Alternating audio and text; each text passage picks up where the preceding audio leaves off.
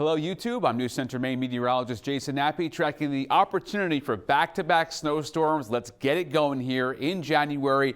Teleconnections are lining up. That's the weather pattern. Connections across the whole globe. And here we go, January 6, 2024. I got back-to-back snowstorms as the headline as the energy comes together. The timing, though, is key with this, and I'll explain why it's so key in the next few minutes. Here's the first storm that's going to be coming here out of the Gulf of Mexico. Now, this is not a classic Miller A nor'easter. I don't expect quite that. However, here is System 1 coming up the coast and then right here flattening out right along southern New England, okay? Very important. I'll talk about where high pressure is going to be with that one. And then the next system on the heels of the first one is around January 9th and 10th.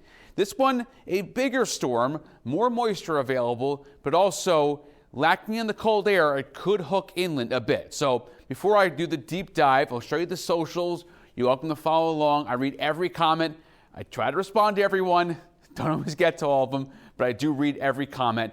Thank you so much for being a part of this wonderful community. Let's talk about the first system here. This one has kind of like that hook thing going on. Almost a Miller B, but it comes here across the country and starts to head up to southern New England first, January 7th at 11 o'clock in the morning. Snow, obviously, in the blue and the white here, and rain off the coast. Now, that first storm has some moisture with it, enough that it's potential around maybe even a foot of snow in New England. The second one's got more moisture, and it's a little bit more of an inland track.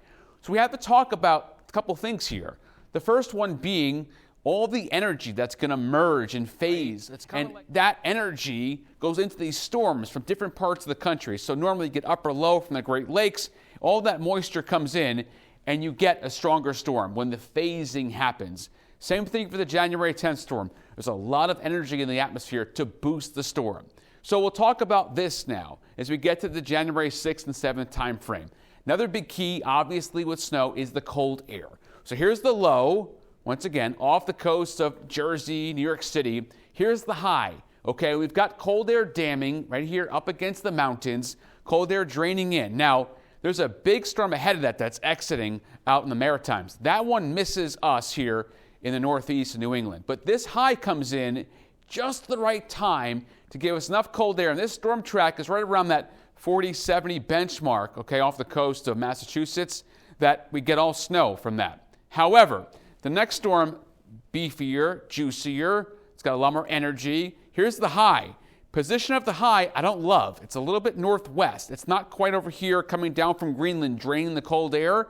So this one has the opportunity to slide inland. And we know what inland runners look like around here. We just had one with the Grinch storm, and that was no snow, and it was all pretty much rain and wind, and one of the worst storms in Maine's history. So there's a lot of potential for things to happen in the next few days. Let's talk about snow depth. Right now, the first time in weeks, there's actually some snow. Not a lot, but some snow on the ground here outside of the southern coast and the mid-coast. There's actually snow on the ground in Maine. I know, it's crazy. It was the 7th time in history that we didn't have a white Christmas in northern Maine. That's pretty wild stuff.